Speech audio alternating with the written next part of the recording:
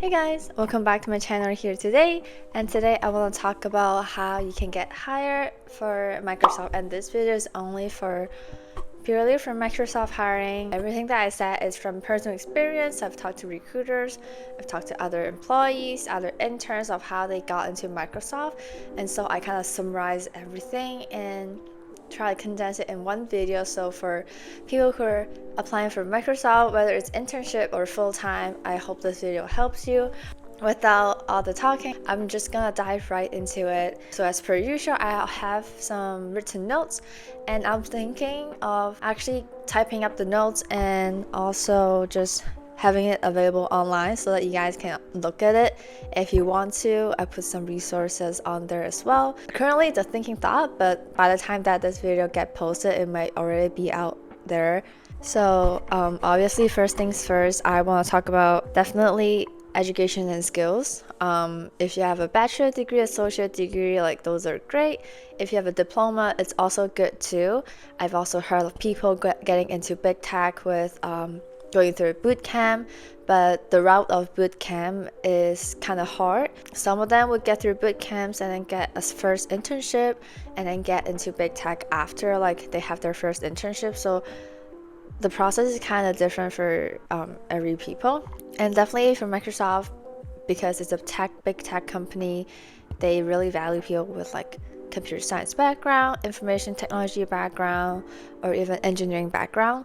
But depending on the roles that you're applying for, those might not be needed. So if you're applying for like a business development role, maybe having a business background is enough for it. And then if you're going into for a software development role, definitely develop some sort of solid understanding on like programming languages. I don't know exactly what languages we use on a day-to-day basis, but I do think like the basics ones like Java, Python, C++, if you know, that's great. Those are C++ is a relatively low level where it like deals with like Linux, things like that. But if you have basic skills of like Java, Python, or if you want to do front end and you have basic skills in like HTML, CSS, maybe some sort of React or Angular, I think those are also really good skills to just learn and just self-learn, because a lot of the times they're basically the same thing, but the only difference is that the syntax might be different, but all in all, things are the same way either way. And then the second thing is definitely build a strong resume.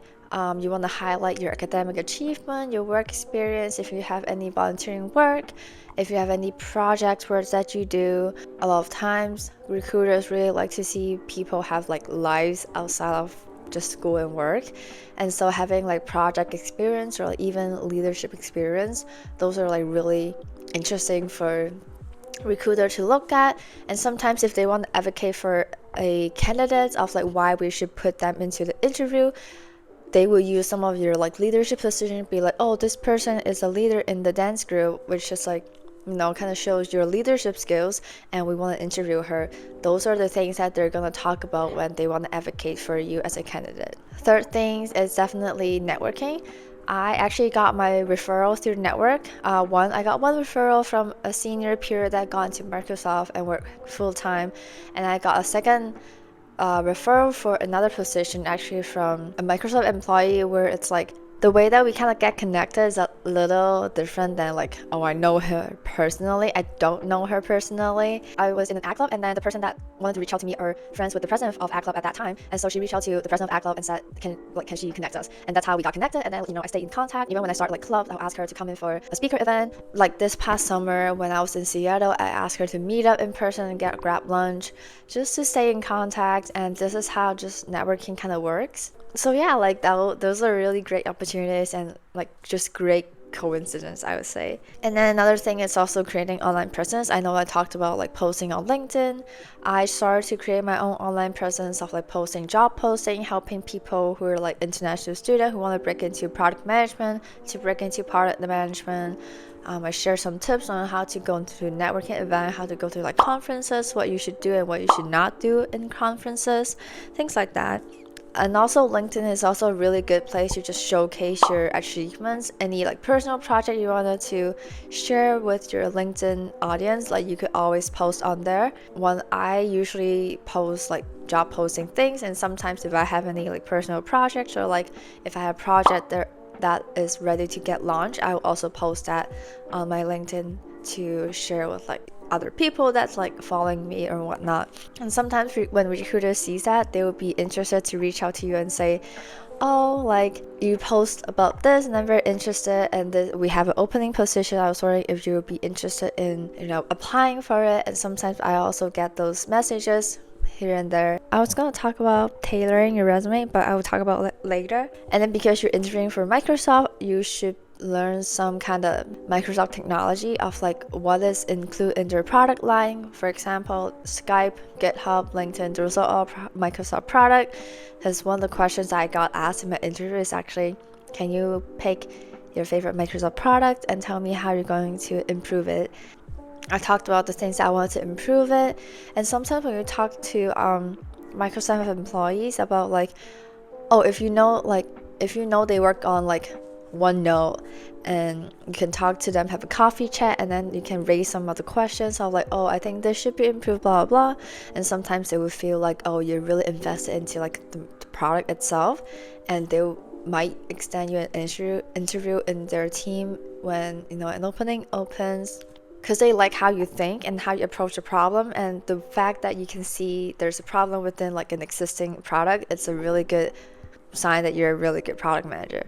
And then last but not least, you will also want to apply for the right roles. I think this is where I'm going to pull out one of their listings and start talking about how you can also tailor your resume to the right roles that you're applying for. They have a very specific things that they're looking for specific roles. And so you want to align your skills and your interests to the right role so that your resume gets scanned through and you get through like the interview rounds and whatnot. And then, if you're still a student, having an internship at Microsoft is actually increases your chance to get into Microsoft full time, because a lot of the times they would return their interns. A lot of the times actually they return their interns, and this is because you've already been trained and you usually return to your own team, and so it's just easier that way. Because a lot of the times when they look for interns, it's because they want them to become full-timers, and so that's why first becoming an intern would get you easier to get into a full-timer. But additionally, I wanted to talk about how you can also tailor a resume and find like the right roles for you. But as you can see here, I pulled up a technical program manager intern opportunities for university student, and it's based in Redmond, Washington. A lot of times they would fund your hotels if you choose. They will fund your hotels if you choose corporate housing, and they would fund your flights too. The only thing that you might need to pay for yourself are like food or what. And if you want to rent a car, you also have to pay for that yourself, but Microsoft also have a discount for that. So you can see this one, it said work from home 50% of the time, but it's based in Redmond, Washington, so they would fly you out to Redmond, Washington and give you a place to live, or if you choose to take a stipend, you can also find your own housing. This is basically a very generic TPM position description on interns. They're not going to tell you the teams, because most of the time you get paired after you got through the interviews, and in your acceptance email they will tell you what team you're going to be in. And this is like basically the mission of like what Microsoft envisioned to do. So this is something that you can talk about in your interviews to kind of tie your answers to the Microsoft missions. And if you want to see if you're qualified, here, if you're currently pursuing bachelor or master degree, you're qualified for this position. Or second, if you have at least, and also you will have to have at least one semester remaining in school to complete after the completion of the internship to be qualified for it. If you want to see if you have higher chances of getting into it, you will want to look into the preferred qualification. And from here you can also see the internship pay rate. And these are just other responsibility that you might have as a technical program management intern. You see how this set identify opportunities to implement features, and so in this sense you can look through this responsibility, try to use some of their wordings like identifies opportunities into your resume. Make your resume bullet points more consumer facing, because one of their values is actually customer obsessed. You can talk about some analysis of customers, use some of their languages, and even you can also use some of their languages from here if you want to talk about your previous like PM internships that you might have. But if you're a MBA student, there's actually another posting right here. It's called Technical Program Manager, MBA Internship Students, Opportunities, where this is people who are currently pursuing a Master in Business Administrative, a higher chance of getting into this one instead. And so they're like different a little bit just because this one are like every bachelor student, every master student, but for the MBA internship, it's more likely that MBA students are going to apply or MBA students are going to get selected throughout the whole like vetting process. And so that's how you can tailor your resume to a Microsoft job listing. I think I want to do another video where I go more in depth into how you can actually tailor it and do it side by side. But other than that, I think this is the end of today's video. I hope you guys enjoyed it, and I hope the things I was talking about helped you with your career journey. But if you have any other questions, feel free to drop the question in the comment section down below. I'll try my best to answer them. If you want to stay tuned for more of my content, remember to subscribe and click the bell button so you get notification whenever I post. Thank you for clicking into this video and watching the whole way. I know I'm trying to make it more interactive, but other than that, thank you for watching, and I'll see you guys next time I post. Bye.